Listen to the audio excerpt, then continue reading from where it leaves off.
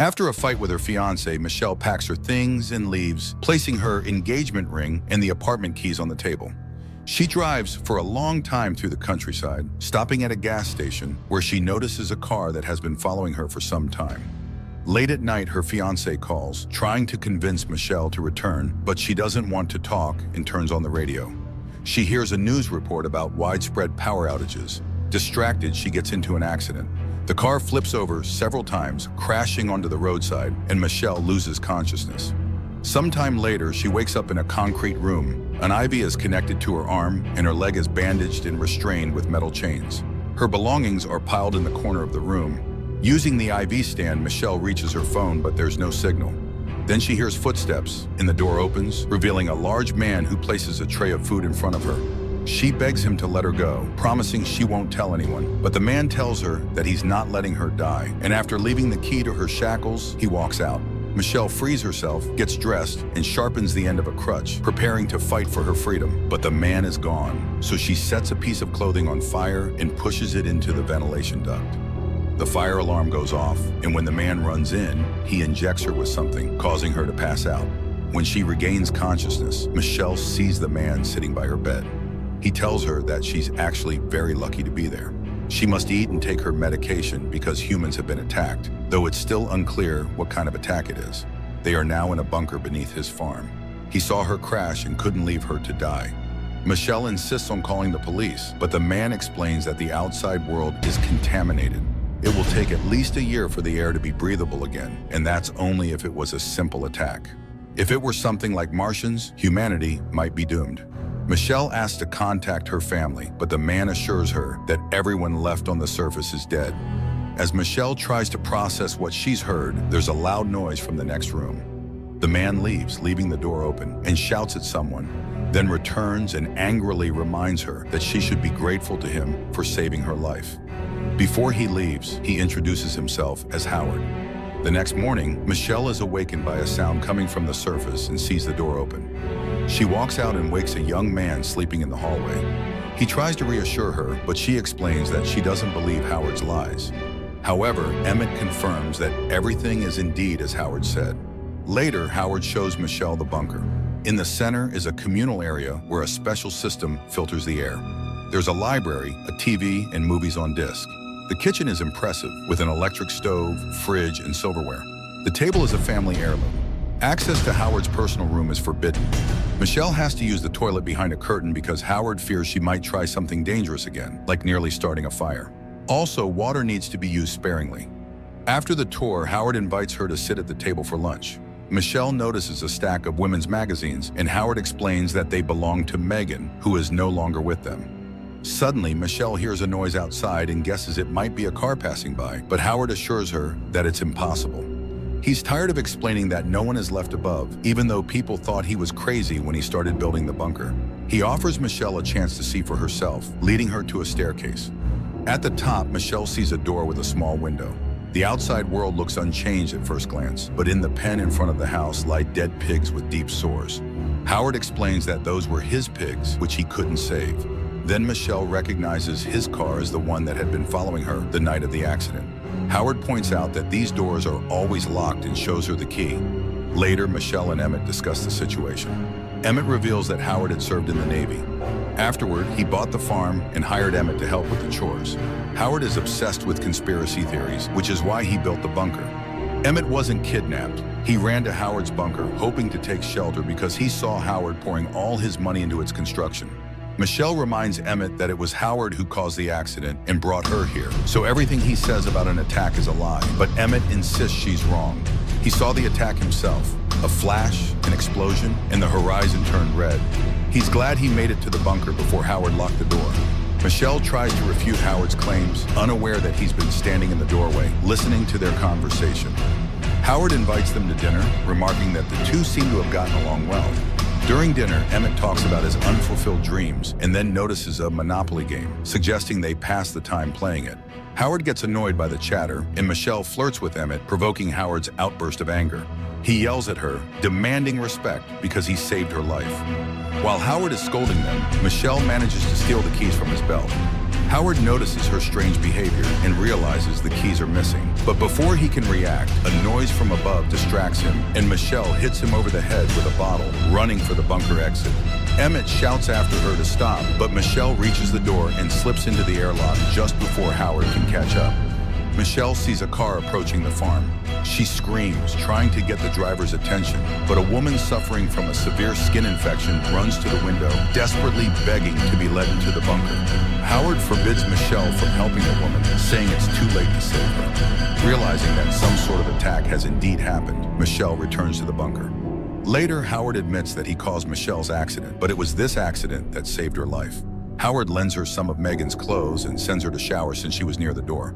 He reveals that he recognized the infected woman as his former neighbor. Since most people knew about his bunker, others may come here too.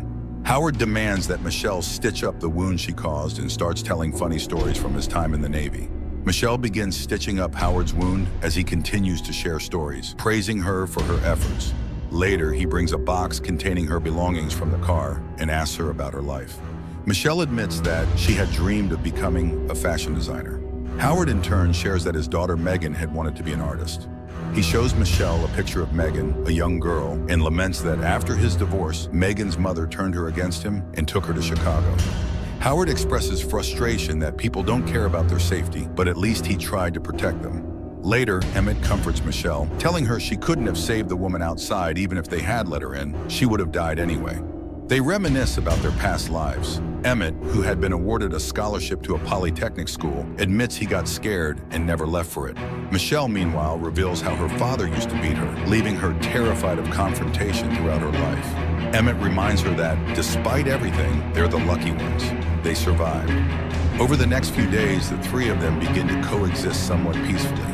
They play games, prepare meals together, and make small attempts to adjust to their new lives. One day, a loud noise echoes from above. Howard suggests that if it's the military, it's not Earth's military. The flashes they saw earlier were just the first phase. Now, the second phase, clearing out the territories, has begun, likely by alien forces. Suddenly, the air filtration system fails. Howard asks Michelle to climb through the ventilation shaft to restart the system, as she's the only one small enough to fit. She agrees and begins crawling through the ducts. Eventually, she reaches the filtration unit and manages to restart it. But while she's there, she spots something disturbing. A message etched into the glass that reads, "Help," along with a bloody earring lying beneath the ladder. The earring looks exactly like the one Megan was wearing in the photo Howard showed her. Shaken, Michelle tells Emmett about her discovery, suspecting that Howard might have done something to Megan. Upon closer inspection, Emmett recognizes the girl in the photo, not as Megan, but as Brittany, a classmate of his sister who went missing years ago. A second photograph falls from the book, showing Howard and Brittany dressed in the same clothes that Michelle now wears, standing together in the bunker. Realizing the danger they're in, Michelle and Emmett decide to plan an escape. They quietly start gathering materials. Michelle cuts a makeshift biohazard suit from a shower curtain, and Emmett constructs a homemade gas mask. Their plan is to take Howard's gun, tie him up, and then one of them will go for help. One evening, while playing a game of charades, they almost give themselves away when Howard starts suspecting that something is off. A few days later, Howard calls them into a room and shows them a barrel of hydrochloric acid, which he claims is for waste disposal. He then accuses them of plotting against him, revealing the tools they had hidden for their escape. Furious, Howard dissolves the tools in the acid as Michelle and Emmett look on, horrified. Trying to protect Michelle, Emmett takes the blame for the attempted escape, admitting that he used the tools to try and make a weapon. Howard, seemingly accepting Emmett's apology, coldly shoots and kills him. Shocked and heartbroken, Michelle watches as Howard calmly reassures her, promising that no one will ever harm her again. He begins taking care of her, offering her ice cream and talking about how they'll create a happy life together in the bunker. Determined to escape, Michelle rushes to finish her biohazard suit while mourning Emmett. But one night, Howard discovers the suit hidden among her belongings. Michelle manages to slip past him, but Howard catches up, scolding her for her ingratitude. In a desperate move, Michelle knocks over the barrel of acid onto Howard, causing a fire to break out in the bunker. She grabs her biohazard suit as the severely injured Howard tries to attack her, but she traps him under a heavy shelf and makes her way to the exit. By now, the bunker is engulfed in flames. With the fire spreading, Michelle crawls through the ventilation shaft, dodging Howard's attempts to stab her through the vent grates. She reaches the air filtration room and quickly dons her biohazard suit. Using a can of nitrogen, she freezes and breaks the lock on the outer door, finally escaping the bunker. Outside, Michelle heads toward a car, but tears her suit in the process. Panicking, she seals the rip with duct tape she finds in the vehicle. Just as she's about to relax, she notices a flock of birds flying freely overhead. Realizing that the air isn't toxic, Michelle removes her gas mask. But before she can celebrate, she spots an alien spaceship hovering in the distance, behaving almost like a living creature. As Michelle watches in horror, the bunker explodes behind her, drawing the attention of the alien ship. She frantically searches for the car keys, but can't find them. She runs to the car of the woman who had tried to get into the bunker earlier, but the car alarm goes off, alerting the alien. Terrified, Michelle hides in a nearby shed where she finds the corpse of the infected woman. Searching the body, Michelle locates the car keys just as the alien creature begins investigating the shed, trying to force its way through the animal door. Taking advantage of the alien's distraction, Michelle sprints toward Howard's house, but as she reaches it, the alien ship flies overhead, releasing a poisonous gas. Michelle quickly puts on her gas mask and survives the chemical attack. She hides in the car, but the alien begins probing the vehicle, testing its defenses. When it becomes clear that the car is too difficult to breach, the alien ship lifts the vehicle into the air. Inside the car, Michelle finds a bottle of flammable liquid and a lighter. She quickly makes a Molotov cocktail and throws it into the alien ship's mouth-like opening.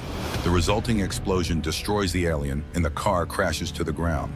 Michelle survives the fall, climbs out of the wrecked vehicle, and drives away in the woman's car.